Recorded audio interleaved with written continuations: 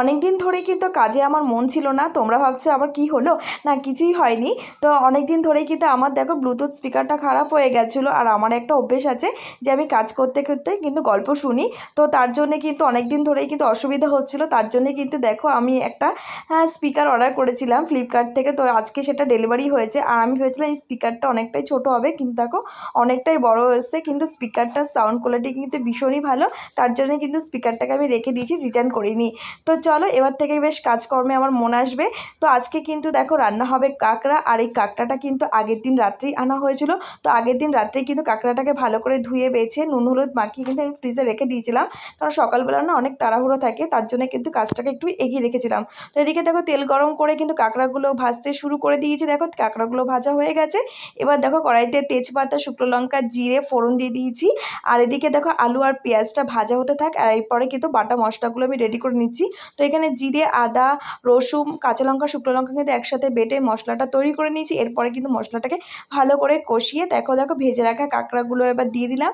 এবার এই কাঁকড়াটা দিয়েও কিন্তু ভালো করে কষাতে হবে। দেখো কাঁকড়াটা প্রায় আমার কষানো হয়ে গেছে। তো এখন দেখো পরিমাণ মতন জল দিয়ে কাঁকড়াটাকে ফুটিয়ে নামিয়ে নেবো। আর নামানোর আগে কিন্তু গরম মশলা দিয়েছিলাম। আর এই কাঁকড়াটা খেতে কিন্তু দুর্দান্ত হয়েছিল সেদিনকে। তো এখন দেখো কাঁকড়াটা রান্না আমার হয়ে গেছে। এরপরে রান্না করব কচু শাক। আর কচু শাকটাকে কিন্তু আগের দিন রাত্রে কিন্তু আমি ধুয়ে রেখে দিয়েছিলাম। এখন দেখো সকালবেলা উঠে তাড়াতাড়ি করে আমি কেটে নিচ্ছিলাম কচু শাকগুলো। এরপরে কিন্তু কচু শাকটা কিন্তু সেদ্ধ বসিয়ে দিয়েছিলাম। আর লোহার কড়াইতে বসিয়েছিলাম বলে কচু শাকটা একটু কালো হয়ে গেছে। আর কচু শাকটা কিন্তু আজকে আমি খুব সিম্পলভাবে করেছি। তো দেখো কড়াইতে কিন্তু তেল দিয়ে তার মধ্যে পাঁচফোড়ন জিরে আর দেখো শুকনো লঙ্কা ফোড়ন দিয়েছি। আর পেঁয়াজগুলোকে কিন্তু ভালো করে ভেজে তারপর সেদ্ধ করে রাখা কচু শাকটা দিয়ে ভালো করে কিন্তু মশলার সাথে কষিয়ে নিচ্ছিলাম। এরপরে কিন্তু ভাজা মশলা দিয়ে দিলাম। আর এর মধ্যে কিন্তু একটুখানি কাঁচা আম দিয়ে দিয়েছিলাম, যাতে কিন্তু গলা না চুলকায়। আর এর জন্যই কিন্তু কচু শাকটা সেদিনকে দারুণ হয়েছিল খেতে। হয়ে গেছে। আর এদিকে কিন্তু ভাত বসিয়ে দিয়েছি ইন্ডাকশানে। তো গ্যাসের জন্য কিন্তু আমি এখন ইন্ডাকশানেই ভাতটা তৈরি করে নিচ্ছি।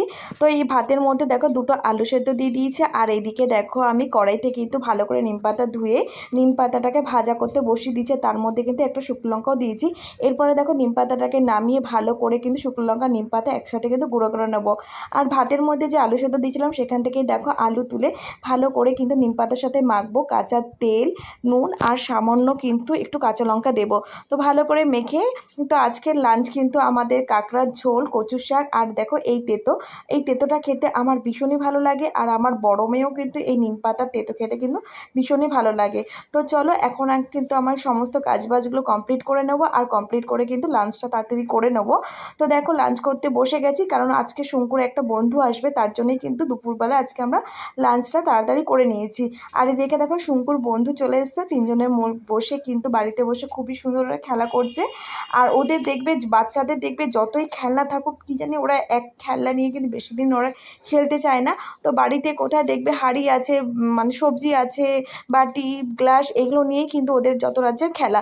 তো আমি কিন্তু দেখো এগুলো ওদের কিছুই বারণ করি না, কারণ এখনই তো ওরা করবে বলো, আর বড় হলে তো আর করবে না। তার জন্যে কিন্তু আমি কিছুই বলি না ওদেরকে।